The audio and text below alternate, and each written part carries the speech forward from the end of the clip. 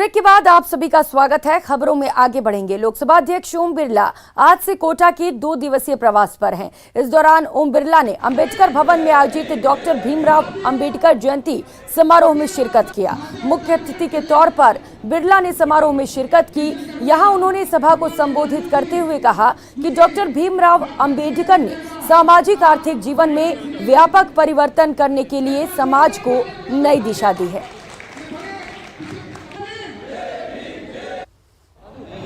बाबा साहब के विचारों को,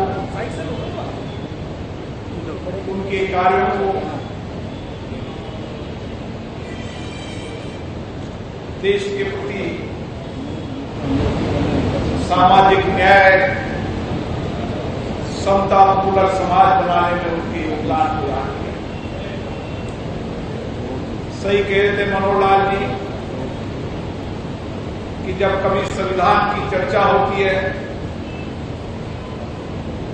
तो बाबा साहब के योगदान की चर्चा नहीं होती। और आज हम दुनिया के अंदर ये कह सकते हैं भारत का संविधान गतिशील भी है और भारत का संविधान केवल देश के नहीं पूरे विश्व के लिए मार्गदर्शक है।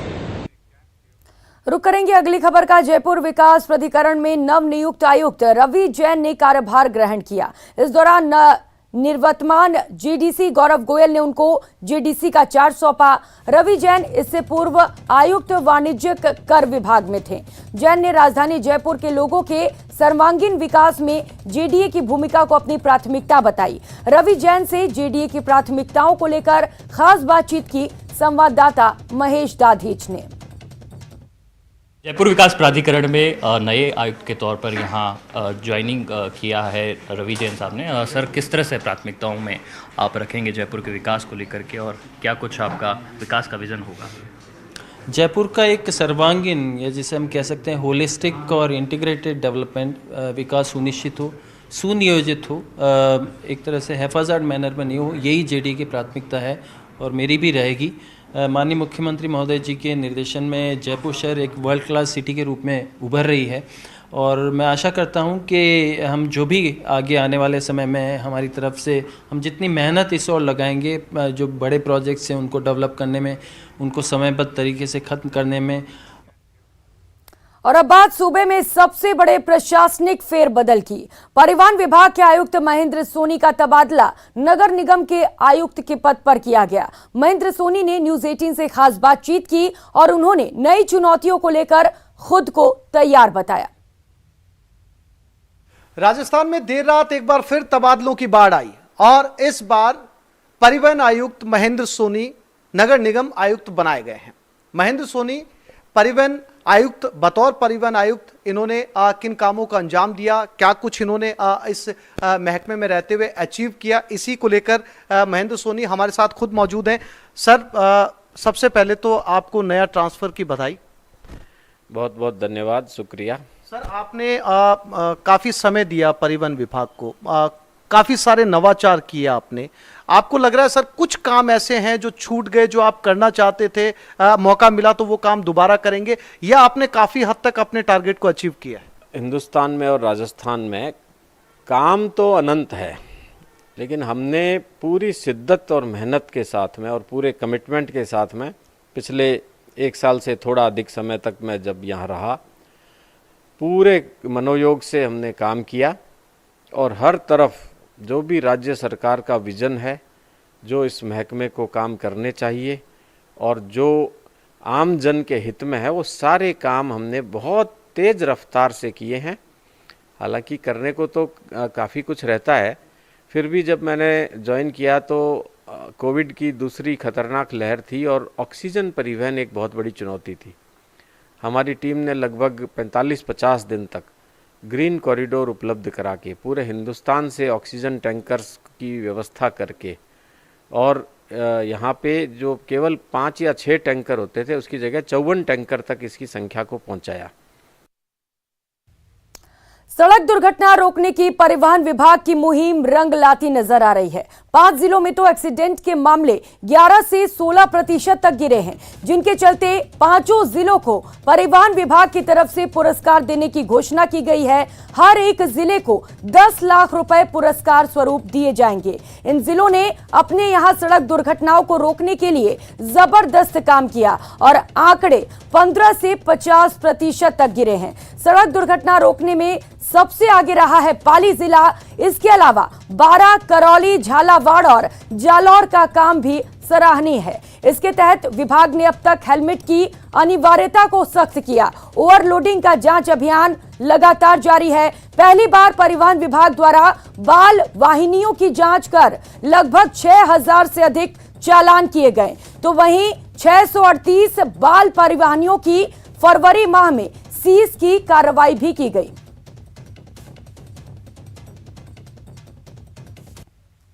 लगातार विभाग करता रहता है। बहुत सारे इनिशिएटिव इसमें लिए जाते हैं। आई-रेड डेटा बेस पे हम सॉफ्टवेयर से एनालिसिस करते हैं, स्पीड को कंट्रोल करने के मेजर्स लेते हैं, हेलमेट की अनिवार्यता के लिए जांच करते हैं, ओवरलोड के ऊपर हम जांच करते हैं, बाल वाहिनियों को चेक करके हमने लगभग 6000 से ज़्यादा बाल वाहिनियों पे चालान किए हैं और 638 बाल वाहिनियाँ सीज की थी अभी फरवरी माह में। उधर अजमेर शहर में निजी भवनों पर अवैध रूप से लगने वाले विज्ञापनों के होल्डिंग का मामला सामने आने के बाद हलचल तेज हो गई।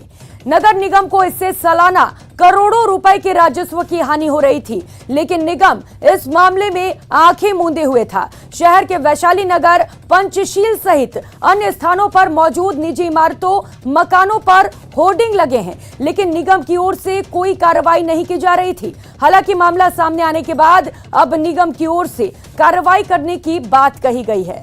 दरअसल नगर निगम और एडीए सरकारी साइट्स पर विज्ञापन लगाने के लिए टेंडर जारी करती है, जिसके तहत निगम को राजस्व प्राप्त होता है, लेकिन शहर में अनेकों निजी स्थान पर होर्डिंग लगाकर प्रचार प्रसार किया जा रहा है।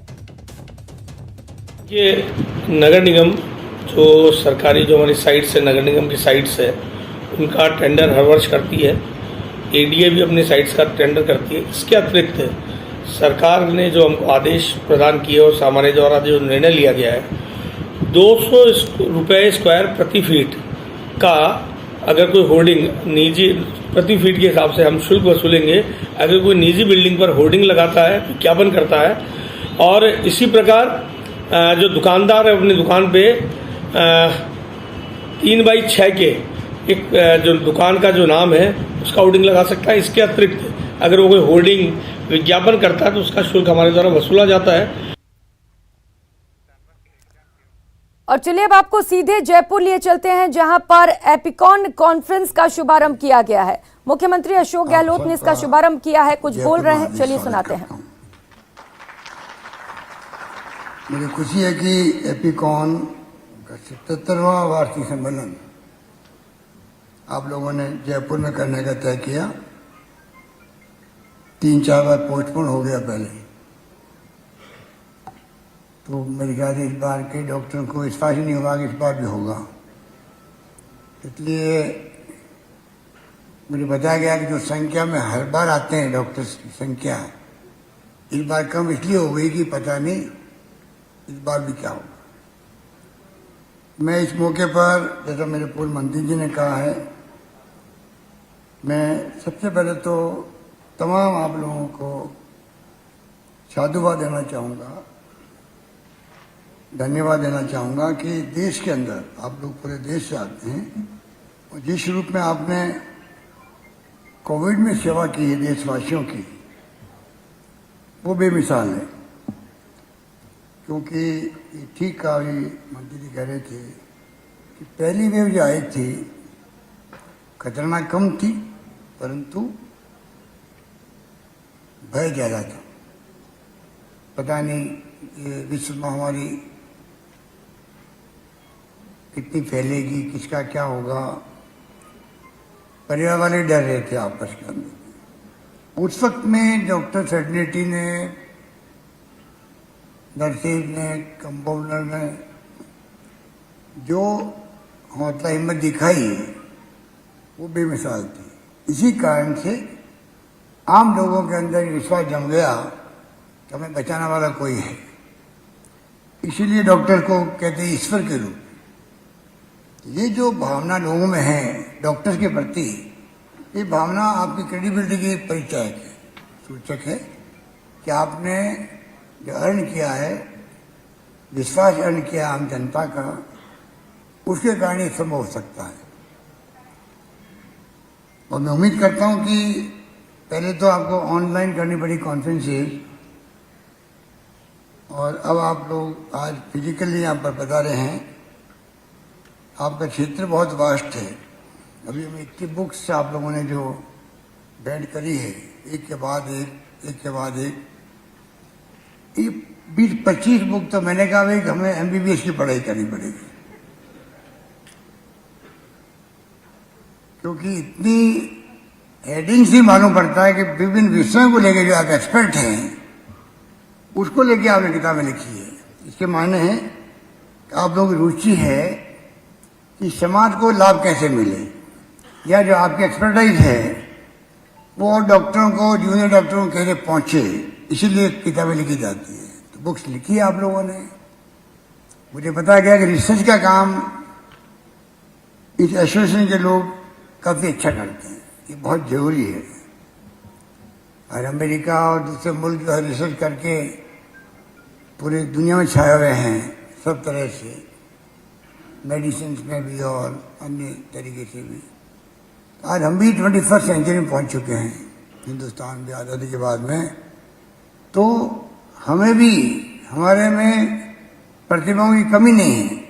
सब क्षेत्र में, IT क्षेत्र में भी हिंदुस्तान के नौजवानों ने नाम मान सम्मान बढ़ाया देश का दुनिया के मुल्कों के अंदर। उसी रूप में आपका प्रोफेशन जो है, कितने डॉक्टर आज देश के, सिर्फ अमेरिका की बात करें तो भरे पड़े हैं, राजस्थान के भी बहुत ज्यादा वहां पर पूरे देश के डॉक्टरों ने तो वहां एसोसिएशन बना ली अमेरिका के अंदर। इसके मायने कि अमेरिका के अंदर भी हमारे देश के डॉक्टरों की कितनी बड़ी पूछ है, कितना बड़ा विश्वास है। ये बहुत बड़ी बात है, ये बहुत बड़ी बात है। मतलब अमेरिकन भी अगर ये समझे कि हिंदुस्तान के डॉक्टर जो सेवा कर रहे हैं वो ज़्यादा हमें उसका बेनिफिट मिलेगा। इस प्रकार के जो माहौल आप लोगों ने बनाया है सालों से, 76 साल, 72 साल, 75 साल कम नहीं होते हैं। 75 साल, 76 साल में आप लोगों ने लगातार आप कॉन्फ्रेंस करते हैं, आपके लेक्चर्स होते हैं, एक दूसरे को आप सहयोग करते हैं। मैं समझता हूँ कि ये तरीका है कि आप एक प्रोफेशन को और ज़्यादा सेवा का माध्यम बना सकते हैं। सरकारों का भी ध्यान ज़्यादा लगा है। मुझे याद है कि यूपीए गवर्नमेंट थी, doctor Manmohan Singh ji prime minister थे,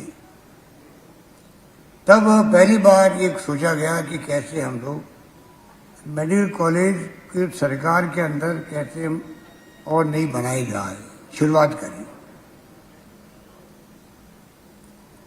और फॉर्चुनेटली सरकार बदल गई, तब भी वो जो फैसला था वो कायम रहा। बट आप जानते हो राजनीति के अंदर सरकार बदलने के साथ साथ फैसले बदल जाते हैं। तो हमारे देश का सौभाग्य है कि कम से कम एनडीए गवर्नमेंट ने उस फैसले को बदला नहीं। उस कारण से राजस्थान को भी जो 16 और कॉलेज मिल गई, तो 33 जिलों में आज 30 जिले के अंदर राजस्थान में सरकारी मेडिकल कॉलेज बनने जा रहे हैं।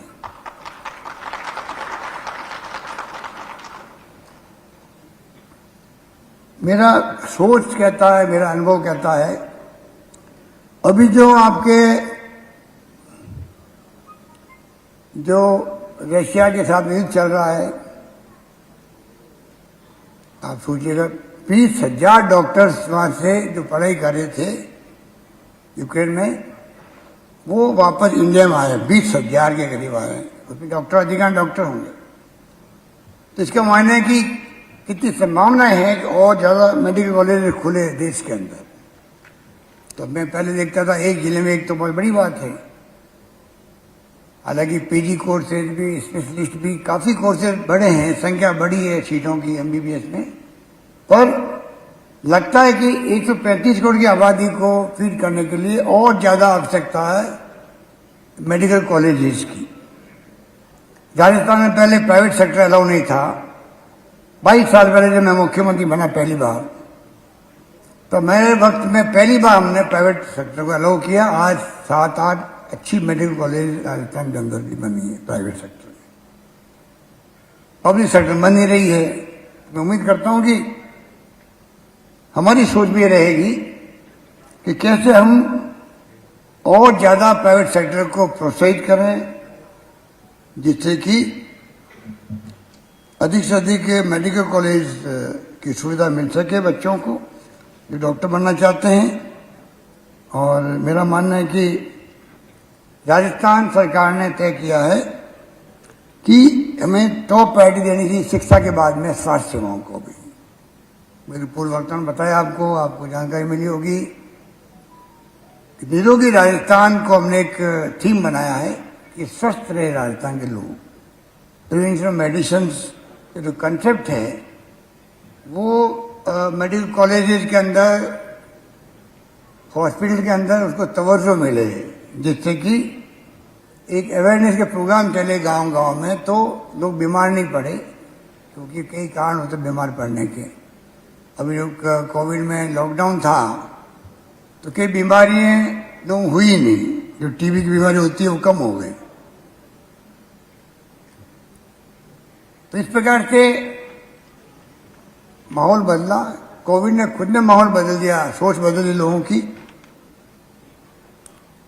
कोविड ने जो आप लोगों ने प्रयास किए उसके कारण से मैं समझता हूं कि बहुत कुछ संभव हुआ। ऑक्सीजन के आज कितनी बड़ी दूसरी वेव के अंदर जो वेव आ गई थी डेल्टा की, दुनिया को नहीं मालूम पड़ा कि दूसरी वेव डेल्टा नाम की आई है।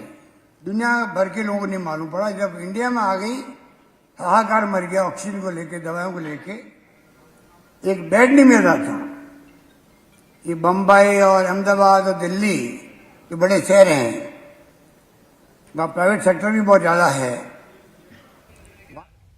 और चलिए अब आपको सीधे लेकर चलते हैं मुंबई, जहां पर आलिया भट्ट और रणबीर कपूर दोनों ने शादी कर ली है, शादी के बंधन में बंध चुके हैं। ये सीधी तस्वीरें इस वक्त आपको मुंबई से दिखा रहे हैं और शादी के बाद की तस्वीरें हैं। फैंस जिनको बेसब्री से इंतजार था वे सभी इन तस्वीरों को देख सकते हैं। मुंबई से ये सीधी तस्वीरें इस वक्त आपको दिखा रहे हैं। शादी के बाद की ये तस्वीरें हैं जब आलिया भट्ट और रणबीर कपूर दोनों शादी के बंधन में बंध चुके हैं। और ये देखिए किस तरीके से यहाँ पर रोमांस चल रहा है। दर्शक इनके रोमांस को खासा पसंद करते हैं।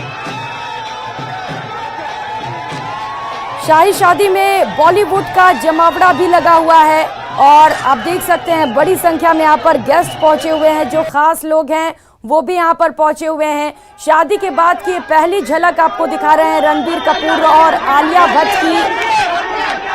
ये तस्वीरें लगातार आपको दिखा रहे हैं। मुंबई से सीधी तस्वीरें आ रही हैं। सबसे पहले आपको दिखा रहे हैं न्यूज़ 18 पर एक्सक्लूसिव तस्वीरें। शादी के बाद की तस्वीरें हैं और खुशी जो है वो दोनों के चेहरे पर साफ तौर पर देखी जा सकती है। किस तरीके से दोनों बेहद खुश हैं।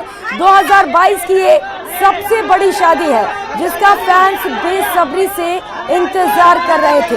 तो आज रणबीर कपूर और आलिया भट्ट दोनों शादी के बंधन में